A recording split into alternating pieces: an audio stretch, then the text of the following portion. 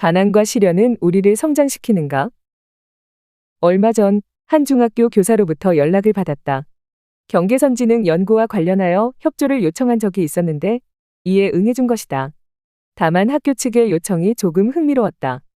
경계선진흥이 의심되는 학생 몇 명을 의뢰하리라 기대했는데 예상과 달리 가능한 많은 학생에게 지능검사를 해달라고 요청한 것이다.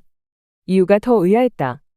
전교생을 대상으로 지필식 지능검사를 실시했는데 약 60%에 육박하는 학생이 경계선 영역의 점수를 받았던 것이다.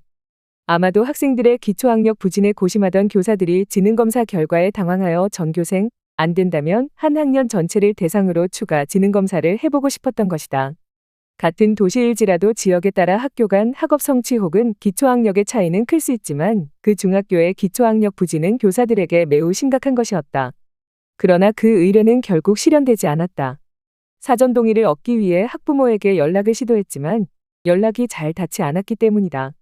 실제 교육청 경계선진흥 진단검사와 지원 바우처 사업에서도 유사한 상황이 발생한다.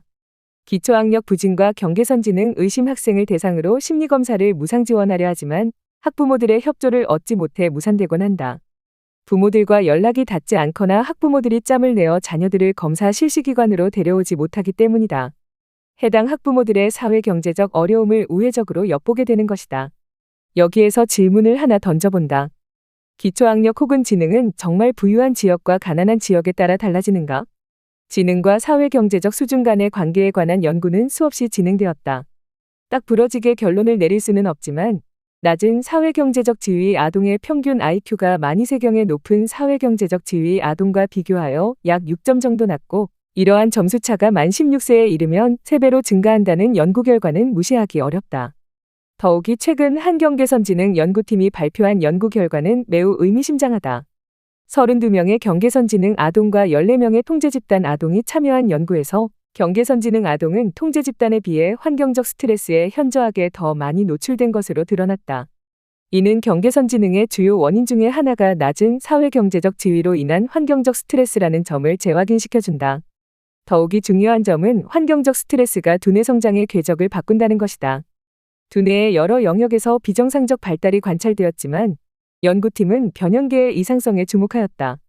변형계란 일반적으로 기억과 학습을 담당하는 해마, 공포와 공격성과 같은 정서에 관여하는 편도체 등을 포함하는 구조이다. 경계선진흥과 통제집단 사이에 유의미한 집단 차이가 발견되었는데 대부분 전방 및 후방 대상 피질, 해마, 우측 편도체 등 변형계를 둘러싼 것이었다. 이러한 결과는 아동기 학대 방치와 변형계의 비정상적 발달에 관한 기존 연구 결과와 일맥상통하며 공포자극에 대한 편도체의 과잉반응성, 유쾌한 기억자극에 대한 해마의 과소반응성, 보상에 대한 비정상적 반응 등으로 요약된다. 쉽게 설명하자면 경계선진흥 아동의 학습은 전혀 다르게 이루어질 수 있다는 것이다. 두렵거나 어려운 상황에 부닥치게 되면 자신도 모르는 새 과도하게 각성하게 되고 주의를 기울여 학습하고 기억하는 것이 어렵게 된다. 심지어는 기분 좋은 일조차 제대로 기억하거나 반응하기 어려워지는 것이다. 즉, 경계선진흥 아동은 같은 학급 내에서 똑같이 학습하지만 다른 아동들과 다르게 전혀 다른 것에 반응하고 나아가 다른 방식으로 반응할 수 있다. 예전에 곧잘 듣던 이야기가 있다.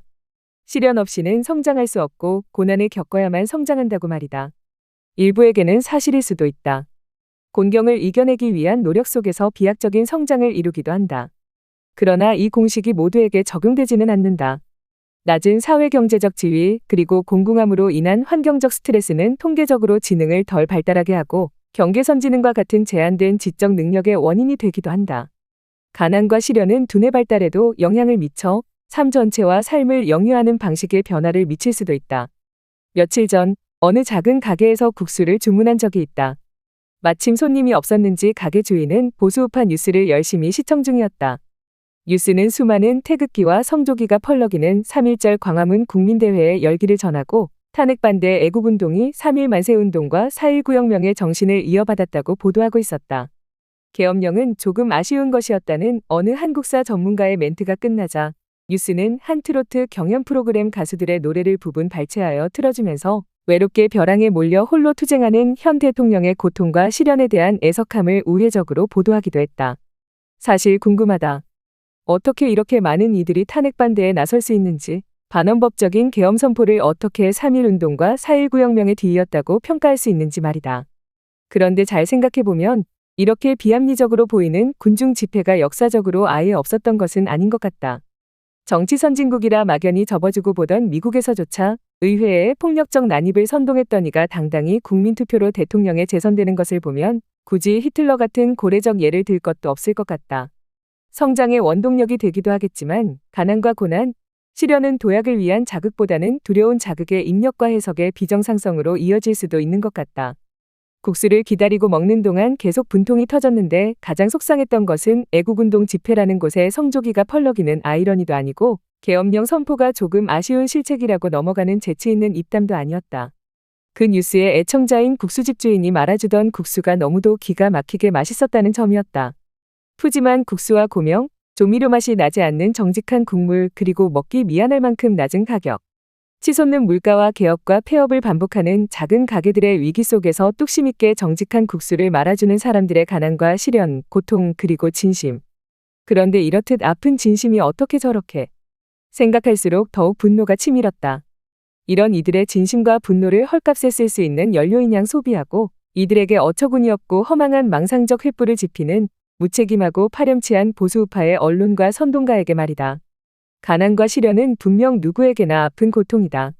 이러한 고통이 정치와 선동 속에서 치유가 아닌 연료로 소비되지 않도록 제어하는 힘.